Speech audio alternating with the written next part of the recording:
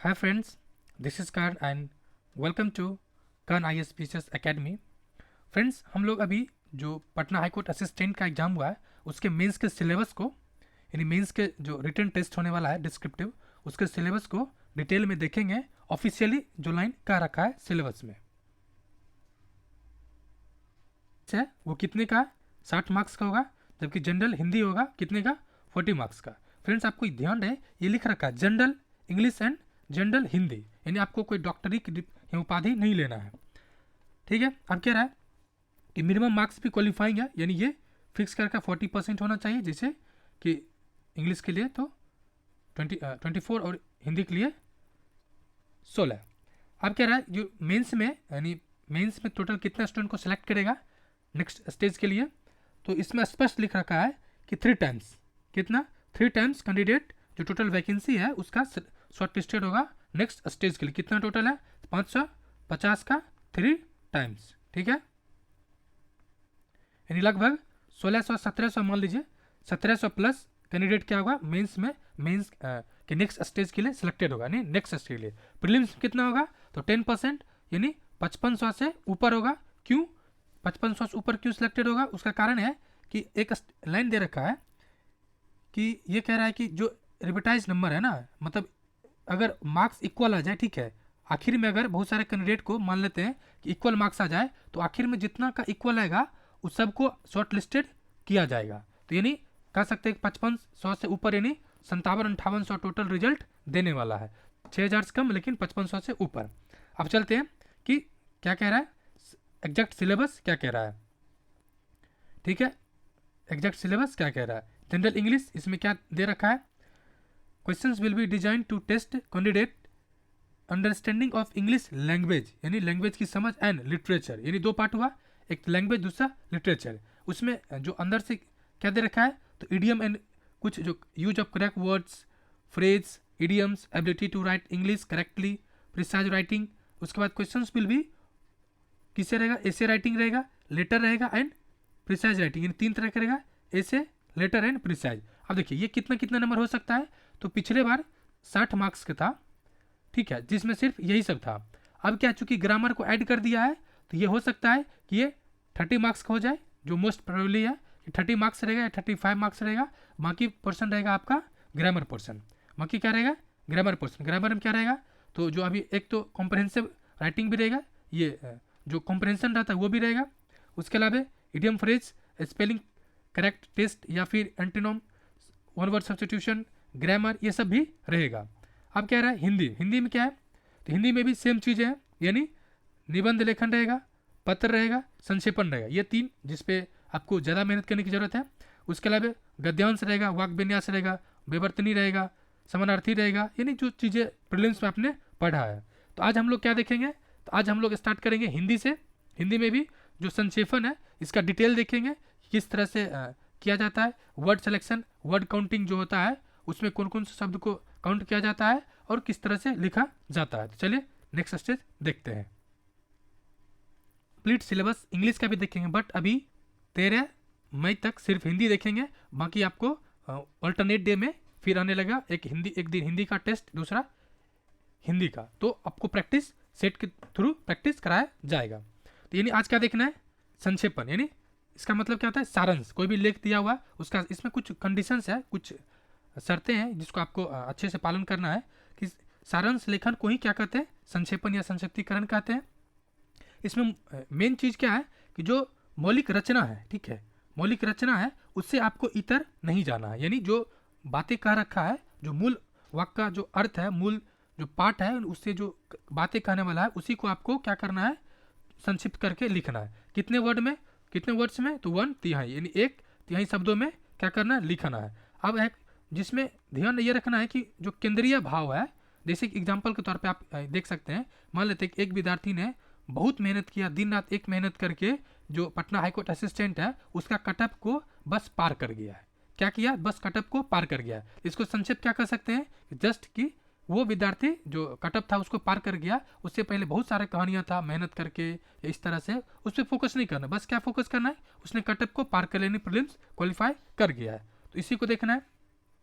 इसमें कुछ बात को आपको ध्यान रखना है जैसे कि संक्षिप्तीकरण का जो मूल उद्देश्य क्या है, अनुच्छेद पैराग्राफ में वांटेड होना चाहिए। उसके अलावा जो शब्द का जो पुनरावृत्ति है यानी रिपीटेशन नहीं होना चाहिए, यानी कोई शब्द है उसको बार बार आपको रिपीट नहीं करना है। उसके अलावा और जो सरल होना चाहिए, जिस एकदम कहते हैं एक तरह से जो संक्षिप्तीकरण भाव जो भाषा होना चाहिए, गागर में सागर भरने वाला और सरल और सहज होनी चाहिए। यानी दो पार्ट, एक तो सिंपल भाषा होनी चाहिए, दूसरा एक शीर्षक। हाँ, इंपॉर्टेंट क्या है कि संक्षिप्तीकरण जब करने जा रहे हैं तो उसका एक शीर्षक को हमेशा फाइंड करके रखना है। अब सवाल है इसको कैसे शीर्षक फाइंड करेंगे? जब आप सारांश को पूरे संक्षिप्त पैराग्राफ को पढ़ेंगे उसमें एक दो ऐसे टर्म होगा जिसको बार बार रिपीटेशन होगा, शब्द बार बार रिपीट होगा, लेकिन उस रिपीटेशन शब्द में से ही आपको क्या करना है, शीर्षक को फाइंड करना है, आसानी से मिल जाएगा। या अगर आपको समझ आ रहा है क्लियर तो फिर वहाँ से आप कोई भी एक शब्द जो शीर्षक होगा उसमें कोशिश कीजिए 1 से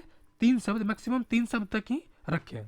कितना? 3 शब्द तक ही रखें। उसके अलावा जैसे संक्षेपण में आपको जैसे कोई सूक्ति हो, मुहावरा हो या शीर्षक के प्रयोग कर सकते हैं। कोई लाइन आ जाए, जैसे कि एक था इस बार के जो एग्जाम में, जीवन जीने की जिजीविषा, यानी जीवन, तो उस तरह से क्या हुआ, एक उस तरह से आप कोई मुहावरा आ जाए तो एक लाइन में भी बना सकते हैं। उसके अलावा जब आप संक्षेपण करने जा रहे हैं तो आपको कोशिश ये होनी चाहिए, एक फर्स्ट टाइम पूरी तरह से आप रीड करें, एक बार रीड करें, जब सेकेंड टाइम रीड करें तो फिर आपको क्या करना है, लाइन को मार्क करना है। नेक्स्ट इसमें जो कुछ और महत्वपूर्ण चीज़ें हैं, जैसे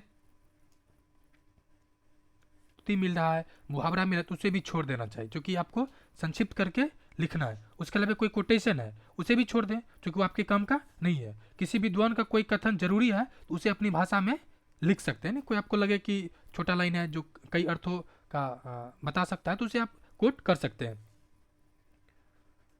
जैसे वन वर्ड सब्स्टिट्यूशन को आप यूज कर सकते हैं, बहुत सारे रहता है तो उसको आप यूज कर सकते हैं।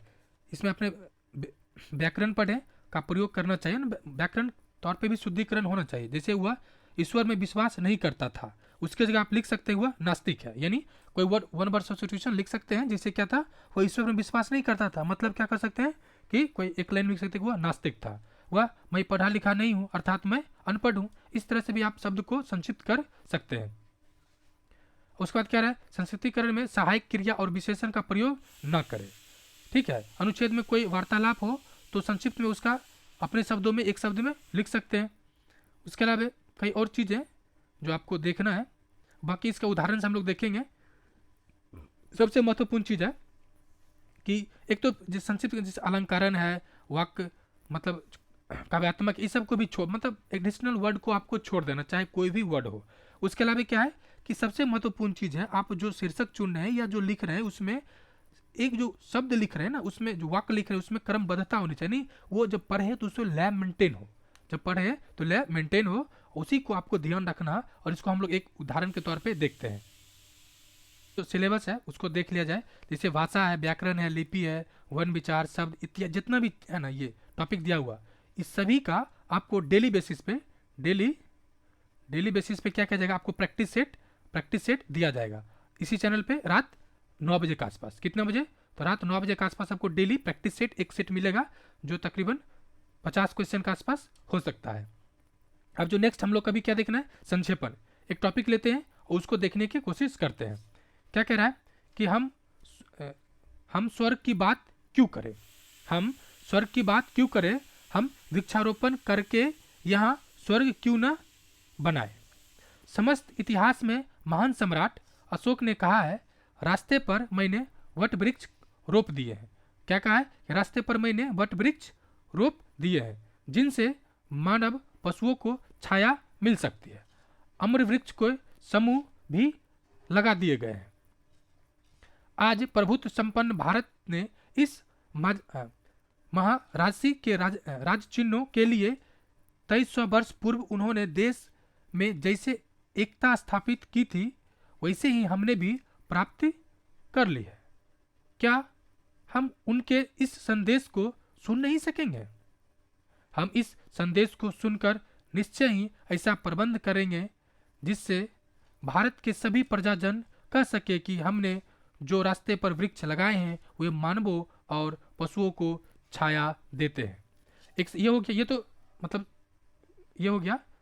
अब इसमें एक इंपॉर्टेंट क्या है कि शब्द कितना है, तो फ्रेंड्स शब्द जो काउंट किया जाता है ना वो टोटल काउंट किया जाता है। कितना इसमें है, कितना 120। तो आपके मन में आ रहा होगा या बहुत सारे यूट्यूब पर देखे भी होंगे आपने कि किसको काउंट नहीं करना। जैसे आपको बहुत सारे बताया होगा कि ने को नहीं काउंट करना है, मे को नहीं काउंट करना है, या फिर है को काउंट नहीं करना है। फ्रेंड्स ऐसी बात नहीं है, आपको सभी शब्द को काउंट करना है। कितना, सभी को, बस इसका जो रिपीटेशन है उसको काउंट नहीं करना, यानी ये जो बार बार शब्द आ रहा है ना उसको काउंट नहीं करना। जैसे एक लाइन है कि हमने वृक्षारोपण करके यहाँ पर ही स्वर्ग क्यों ना बनाए।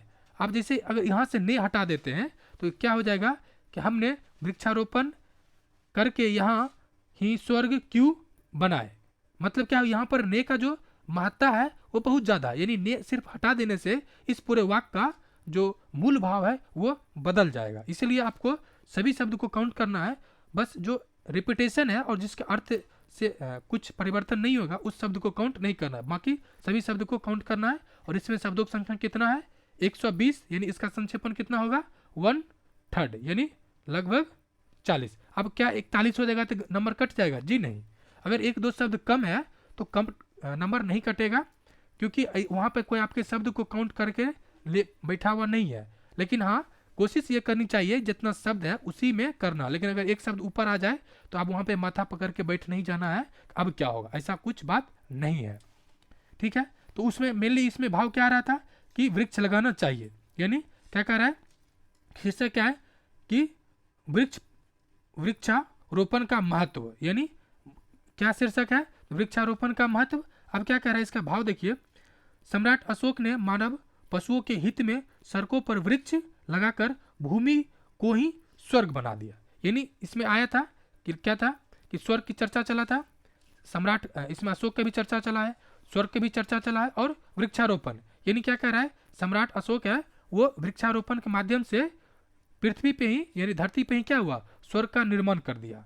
जिससे क्या हुआ, उन्होंने इस देश में एकता स्थापित की। वर्तमान सरकार ने भी उन्हीं के संदेश के आधार पर देश में एकता स्थापित की और वृक्षारोपण कार्य को बढ़ावा दे रहा है। यानी इसका मूल सारांश इसी तरह से बनाया है कि जो उसमें टर्म था, यानी आपको दूसरा बार जब पढ़िएगा तो आपको अंडरलाइन कर एकदम हाईलाइट कर लेना है। जैसे क्या, सम्राट अशोक की बातें क्या, यहाँ पर अशोक ले लेना है। उसके अलावा रास्ते पर वृक्ष लगाया गया ये ले लेना है। उसके अलावा यहाँ की सरकार की बातें की गई है।